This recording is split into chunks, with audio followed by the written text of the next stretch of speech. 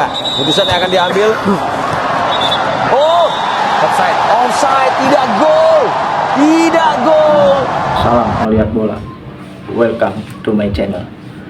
Alhamdulillah kita sudah melewati 2 pekan digelarnya BRI Liga 1. Semakin menarik, semakin nikmat, dan semakin enak untuk ditonton. Karena Liga 1 kali ini semakin berkualitas dengan regulasi baru yang diterapkan oleh PSSI, dengan teknologi baru yang telah diterapkan oleh PSSI. Di antaranya bagaimana penerapan VAR, lalu penggunaan wasit asing dalam pertandingan Liga 1, dan tentunya beberapa aturan main yang telah diterapkan dalam sistem perwasitan di Liga 1 kali ini. Menariknya, ada beberapa sorotan yang ingin saya ulas ya di sejauh ini ya, sejauh pelaksanaan pekan kedua BRI Liga 1 ini. Ada beberapa hal. Yang pertama mengenai regulasi yang sudah diterapkan, utamanya ketika diimplementasikan di Piala Presiden 2024 kemarin, lalu diterapkan sekarang secara penuh di BRI Liga 1 ini. Di antaranya mengenai sistem perwasitan, di mana wasit harus benar-benar memiliki ketegasan dalam memimpin. Jadi jika ada satu keputusan yang sudah diambil, lalu ada beberapa pemain atau 1-2 pemain yang melakukan aksi protes dengan berlebihan, secara berlebihan, dengan tidak etis apalagi, ini akan bisa langsung dikenakan kartu kuning. Dan apabila masih terus melakukan hal yang sama atau protes yang berlebihan terus, ini akan dikenakan kartu merah tentunya. Dan ini akan merugikan bagi klub tersebut, sehingga dipastikan para pemain pun dan klub tentunya tidak ambil resiko untuk mendapatkan kartu merah. Pastinya resikonya adalah kekalahan bisa didapatkan apabila ada ketimpangan ya. Berarti di lapangan kondisinya adalah 10 lawan 11. Ini akan sangat merugikan. Lalu yang kedua adalah bagaimana penerapan dari sistem VAR. Nah, ini teknologi VAR ini sudah berjalan dengan baik sejak awal dicontohkan pada Championship Series musim lalu secara penuh dilakukan di Piala Presiden 2024 kemarin. Nah, secara penuh penerapannya pada BRI Liga 1 ini, dan sudah ada beberapa kali VAR ini beraksi ya. Jadi ketika PRSI Kediri lawan PSS Sleman, di mana hasil dari review cek VAR membatalkan gol yang dilesakkan oleh Hoki Caraka dari PSS Sleman ya, sehingga skor tetap menjadi 0-2 untuk keunggulan Persik Kediri. Lalu PSIS melawan Persita Tangerang, jadi di mana kondisinya adalah kondisi skor saat itu 0-1. Jadi ketika gol PSIS Semarang penalti yang akan didapatkan seharusnya oleh PSIS itu dibatalkan oleh wasit karena hasil review dari VAR. Lalu ada juga laga antara Bali United melawan Semen Padang ya. Jadi ini menggagalkan gol yang dilesakkan oleh Nwoke ya, penyerang dari Semen Padang. Lalu juga ketika terbaru Dewa United lawan Persib Bandung ya, ini justru mensahkan ya, hasil review cek justru mensahkan gol dari Egy Maulana Fikri, sehingga Dewa United berhasil menahan imbang Persib Bandung 2-2. Nah, tentunya dengan penerapan VAR ini sudah tidak ada lagi polemik ya, seharusnya sudah tidak ada lagi, walaupun masih ada aja yang usil ya, beberapa komen dari netizen yang Ya, walaupun ada beberapa komentar-komentar yang masih bernada miring ya dengan penerapan situasi VAR ini. Jadi ada saja komentar yang mengatakan bahwa inilah itulah gitu ya, membandingkannya dengan apa yang terjadi di luar, contohnya Premier League atau La Liga dan sebagainya. Tetapi komen-komen seperti itu sudah tidak lazim ya saat ini, sudah tidak, apalagi sudah tidak populer, sehingga akan mudah untuk disanggah, akan mudah untuk justru malah jadi bahan bulian nantinya. Ya karena memang teknologi VAR ini sudah sistem ya, artinya kalau kita mau melawan sistem ya ini kan sistem ini sudah kesepakatan ya, sudah kesepakatan dari pengelola kompetisi, jadi yang punya regulasi. Jadi kalau sistem ini hasil kesepakatan ini ditentang, dilawan, ya artinya kita melawan sistem atau melawan regulator gitu ya, melawan banyak orang, karena penentuan sistem ini bukan 1-2 orang gitu kan. Jadi intinya institusi udah sepakat untuk penerapan ini dan hasilnya ya harus disepakati gitu ya.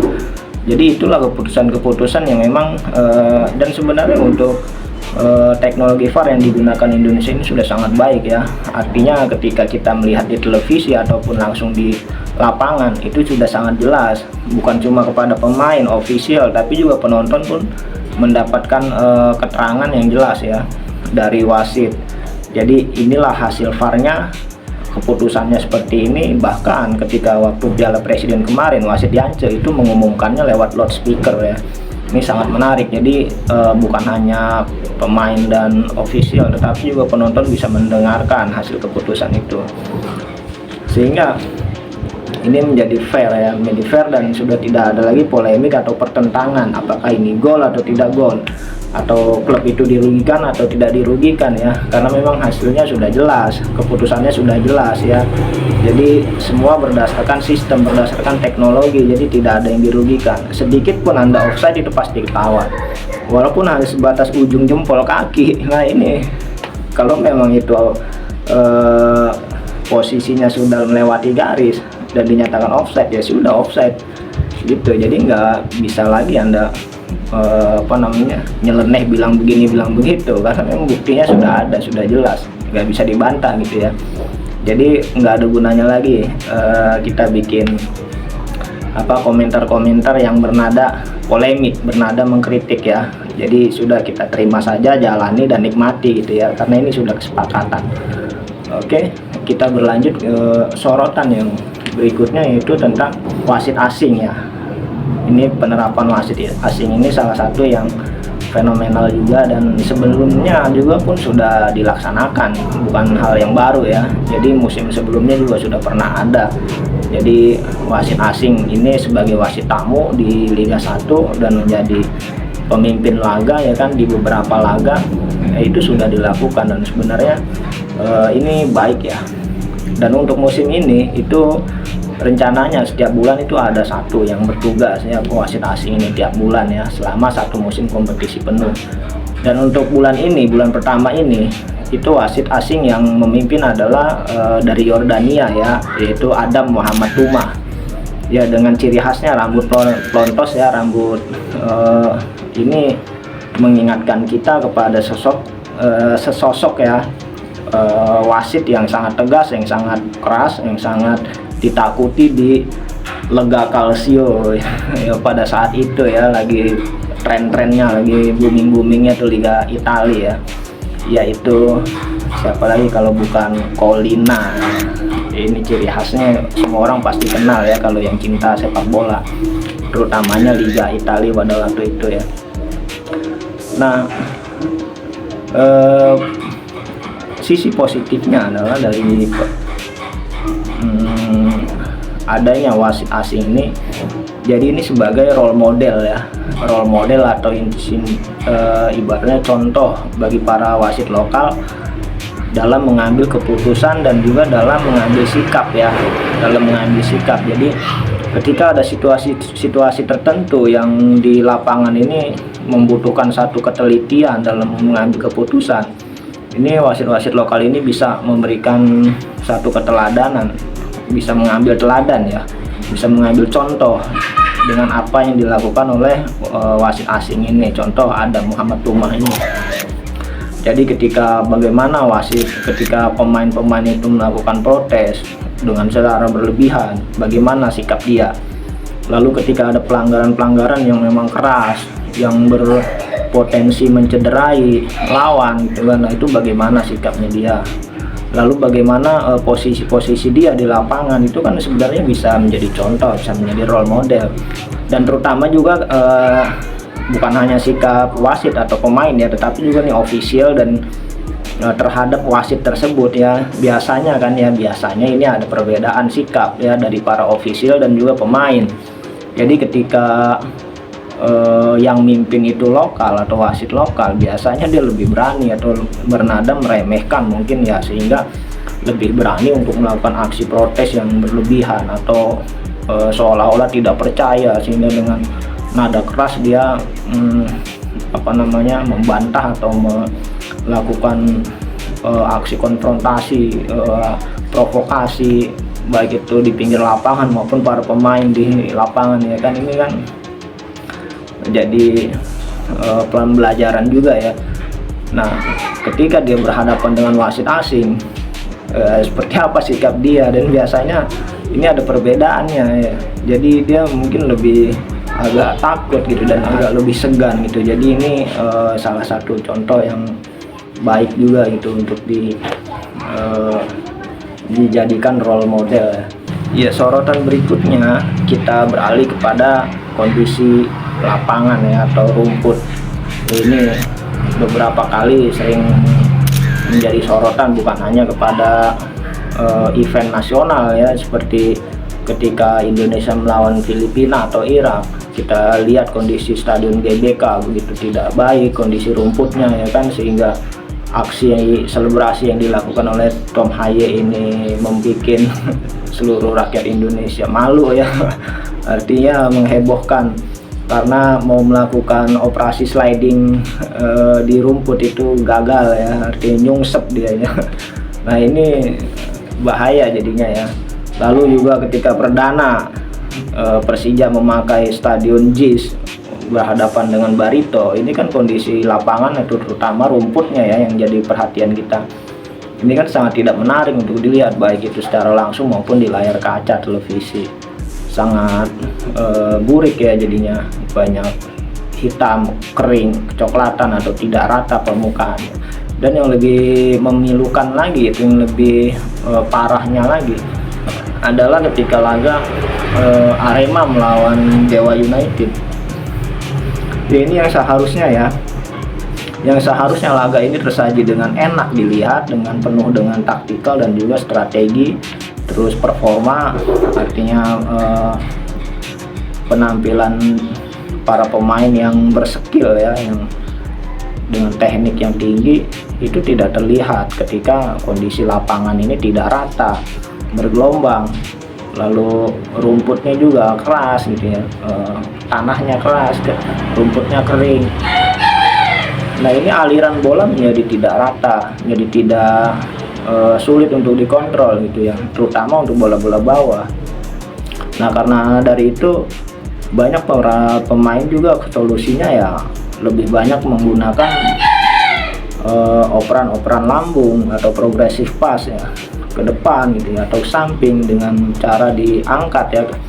Artinya tidak ada umpan-umpan sodoran atau bola-bola passing pendek gitu kan. Itu sangat sulit juga untuk dikontrol karena bisa jadi bolanya menaik atau melintir, dan ketika ditendang tidak tepat sasaran gitu, banyak salah operan, atau banyak ketika ditendang ke arah gawang itu melenceng gitu, dan sebagainya.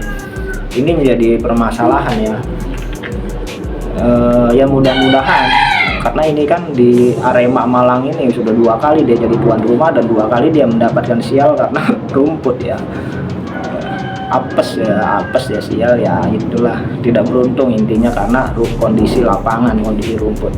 Ya ini sementara ya, sebelum nanti Kanjuruhan itu selesai ya, mudah-mudahan standarnya lebih baik ya, karena memang seluruh stadion yang direnovasi itu berstandar FIFA dan pasti kondisinya kita harapkan yang terbaik ya. Ketika Kanjuruhan selesai dan juga beberapa stadion yang lain, diantaranya ada 22 stadion itu selesai ya, insya Allah kondisi permainan ya di lapangan itu menjadi lebih baik. Dan memang saat ini masih banyak klub-klub yang belum menempati home base-nya secara tetap ya, semua masih menumpang karena yaitu stadionnya sedang direnovasi, seperti Batakan yang dipakai oleh Barito maupun PSM, Borneo PSM, lalu juga ada Iwayan Dipta yang dipakai oleh Biak, dipakai oleh Dewa, lalu ada PT Ika, lalu ada Madya yang dipakai oleh Semen Padang atau Malut United. Nah ini kan ya sedikit banyak berpengaruh ya nanti ya, akan berpengaruh kepada pertama ya permainan, karena kondisi lapangan cadangan ini kan kondisinya belum maksimal, pastinya tidak maksimal karena memang bukan stadion yang disiapkan untuk sebagai home base-nya. Ini hanya stadion cadangan, stadion alternatif ya, dan memang seadanya gitu ya, mau bagus mau jelek ya terimain aja gitu. Jadi ya harap sabar ya, mudah-mudahan dalam paruh waktu kedua, musim kedua ini sudah lebih baik, karena sudah banyak stadion yang jadi ya, karena mulai dari September terus sampai bulan Mei itu sudah bertahap akan kelar ya. Kita berlanjut kepada hasil pertandingan week kedua atau pekan kedua. Kita lihat yuk, ini dia hasilnya.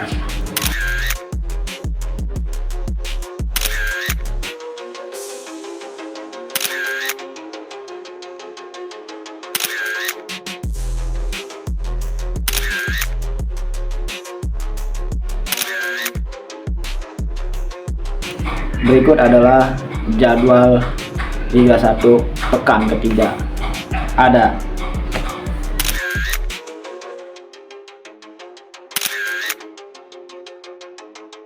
Oke, sampai di sini dulu pembahasan kita untuk pekan kedua. Saksikan BRI Liga 1 pekan ketiga.